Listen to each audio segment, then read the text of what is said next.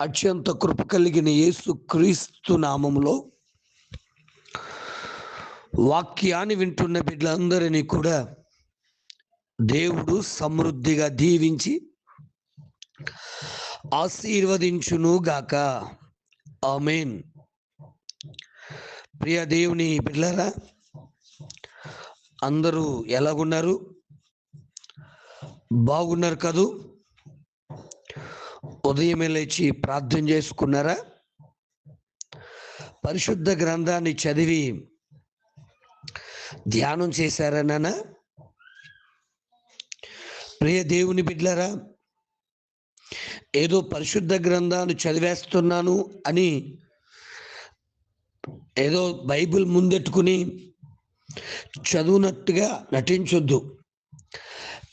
కొంతమంది ప్రార్థన చేస్తున్నట్టుగా నటిస్తూ తమ్మును తామునే వారు మోసపుచ్చుకుంటూ ఉన్నారు. బైబిల్ చెబుతోంది, మోసపోవద్దు. దేవుడు వెక్కిరించబడ్డావు. మనుషులు ఏమి విత్తుతారో ఆ పంటనే కోస్తారు అని చాలా స్పష్టంగా వాక్యం చెబుతోంది. దైవ జనాంగమా, అనేక మంది తమ పెద్దలను మోసగించి, దయచేసి మా తండ్రిని లేకపోతే మా గురువు గారిని మోసగించేసాం, వాళ్ళు గుర్తుపట్టలేదు అనే ఫీలింగ్ ఇచ్చేశారు. కానీ వాళ్ళే ఇబ్బంది పడ్డారు. ఒక ఉదాహరణ తెలియజేస్తాను. గెహాజీ గారు ఎలీషా గారిని మోసగించేశారు అనుకున్నారు. నయమాను దగ్గరికి వెళ్ళి డబ్బులు తెచ్చుకుని, బట్టలు తెచ్చుకుని లోపల పెట్టేసుకుని, ఎక్కడికి వెళ్ళావు గెహాజీ అంటే, ఎక్కడికి వెళ్ళానండి, నేను ఇక్కడే ఉన్నాను అని మోసకరమైన మాట మాట్లాడుతూ ఉన్నారు. ఎలీషా అంటున్నాడు, నువ్వు నయమాన్ దగ్గరికి వెళ్ళి ఆ డబ్బును, ఆ ధనాన్ని, లేకపోతే ఆ వస్త్రాలు తెచ్చుకున్నప్పుడు నా మనసు నీతో కూడా రాలేదా? దేవుని వాక్యం వింటున్న దేవుని బిడ్డ, ఆలోచించు. ప్రియ యవనస్తుడా, యవనస్తురాలా, ఒకవేళ నీవు కూడా నీ సేవకుని మోసగిస్తున్నావేమో.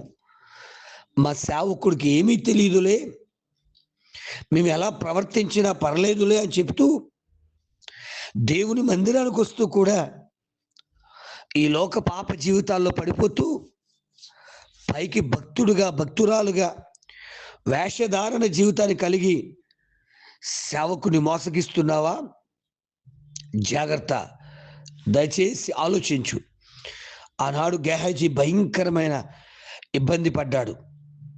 మోసపోకుడి దేవుడు వెక్కిరించబడడు. సేవకుని మోసగించిన గెహాజీ చాలా సమస్యలు తెచ్చుకున్నాడు.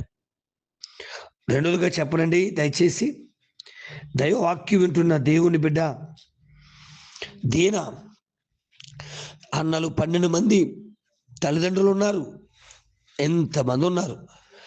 ఎంతమంది చక్కగా ఉంటే దయచేసి ఆ దేశములో ఉన్నటువంటి యువరాజుతో పాప జీవితాన్ని కలిగి తండ్రిని మోసగిస్తున్నాను, తల్లిని మోసగిస్తున్నాను, అన్నదమ్ములను మోసగిస్తున్నాను అనే ఆలోచన కూడా రాకుండా తన జీవితాన్ని పాడు చేసుకుంది. తమ్ముడా, చెల్లి, నా ప్రియ యవనస్తుడా, యవనస్తురాలా, నువ్వు చేస్తున్న పాపం, నువ్వు చేస్తున్న క్రియలు దయచేసి పర్లేదులే, నన్నెవరు చూడలేదులే, మా నాన్న ఏమో అనుకున్నావేమో, జాగ్రత్త. నువ్వు తెలియకుండా నువ్వు చేస్తున్న ప్రతి పాపం నా దేవునికి, అలాగే ఈ భూలోకంలో ఉన్న తండ్రికి కూడా వ్యతిరేకమైంది. అయితే నువ్వు మోసగించడానికి ప్రయత్నిస్తున్నావు కదూ, జాగ్రత్త. ఏం విత్తుతావు అదే కోస్తావు. దేవుడు విక్రించబడ్డావు, దేవుడు విక్రించబడ్డావు. ఆనాడు దేనా తండ్రిని లేకపోతే అన్నలను దయచేసి వారికి వ్యతిరేకంగా, వారికి తలవంపులు తెచ్చే విధంగా ప్రవర్తించింది. నానా, ఎవరిని మోసగిస్తావు? తండ్రిని మోసగించడానికి ప్రయత్నిస్తున్నావా? తండ్రి కళ్ళు కప్పడానికి ప్రయత్నిస్తున్నావా? దయచేసి జాగ్రత్త. నువ్వు చేసిన తప్పిదాలు నువ్వు పడకముందే ప్రభు దగ్గరకు వచ్చి ఒప్పేసుకో. దయచేసి గమనించు. మూడోదిగా తండ్రిని మోసగించింది రాహేలమ్మ గారు.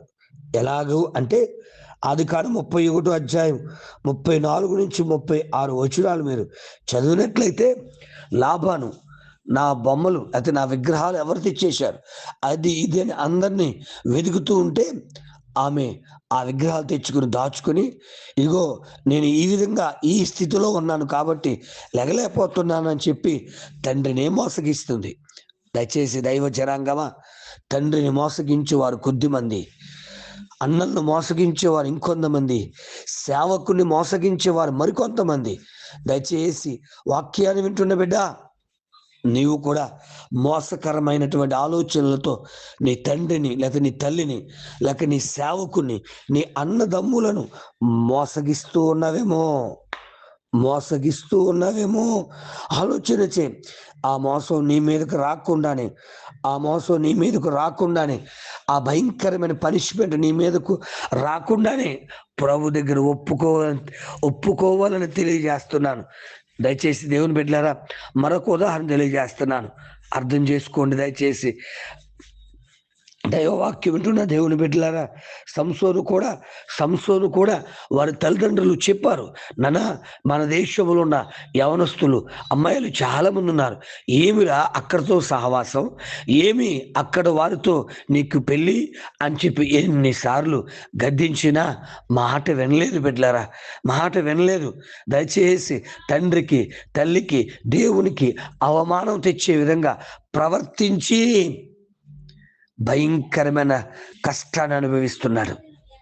తమ్ముడు, సంసోను తప్పు చేశారు కదా, నేను తప్పు చేత వచ్చిందా అనొద్దు. ఈ అంత్యకాలంలో ఉన్న మనకు ఈ క్రియారూపంగా చూపించడానికే ఇన్ని ఉదాహరణలు దేవుడు రాయించాడు. దయచేసి గమనించు. ఎవరిని మోసగిస్తున్నావు? అమ్మని, నాన్న ఎవరిని మోసగిస్తున్నావు? దయచేసి గమనించు. నీ సేవకున్నా ఎవరిని మోసగిస్తున్నావు? దయచేసి పెద్దల్నా, నీ అన్నదమ్ములనా? దయచేసి గమనించు. ఒకవేళ ఈ వాక్యం నీతో మాట్లాడుతున్నప్పుడు నువ్వు మోసగిస్తున్న మోసం నీకు కనబడుతూ ఉంటే, దయచేసి సేవకుని కూడా ఉంటూ, సేవకుని మోసగించేవారుగా, తల్లిదండ్రులు మాట వింటున్నట్టుగా ఉంటూ వారిని మోసగించేటట్లుగా ఉన్నట్లయితే, ఇప్పుడే ప్రభు దగ్గర క్షమాపణ కోరుకొని పరిపూర్ణమైన జీవితాన్ని జీవించే భాగ్యాన్ని దేవుడు మనందరికీ అనుగ్రహించును గాక. ఆమేన్. తండ్రి నీకు స్తోత్రాలు. యేసు నామములో అయ్యా, మా చేస్తున్న మోసం మాకు అర్థమైంది, ఇక్కడి నుంచి పరిశుద్ధులుగా జీవిస్తాం అని ఎవరైతే పశ్చాత్తాపముతో ప్రార్థనా జీవితాన్ని కలిగి ఉండి అయ్యా పరిశుద్ధులుగా జీవించాలని నిర్ణయం తీసుకున్నారు, ఇంతవరకు నా సేవకుని, నా అమ్మను, మా నాన్నను, లేకపోతే మా అన్నదమ్ములను, నా రక్త సంబంధికులను, నా తోటి సహవాసం వారిని ఈ రోజు నుంచి మోసగించాను, ఆ మోసం నా మీదకి వస్తే అమ్మో నా స్థితి ఎలాగుంటుందో అని పశ్చాత్తాపం పడుతున్న బిడ్డలందరినీ దర్శించమని, స్వచ్ఛమైన ప్రశాంతమైనటువంటి మంచి మనస్సుని బిడ్డలకు అనుగ్రహించి మహిమతో నింపి మేలును అనుగ్రహించమని యేసు నామమున అడుగుచున్నాను తండ్రి. ఆమేన్. ప్రార్థన అవసరతల కొరకు నా సెల్ నంబర్ 9866958571. ప్రభు కృప మీ అందరికీ తోడుగా ఉండును గాక. ఆమేన్.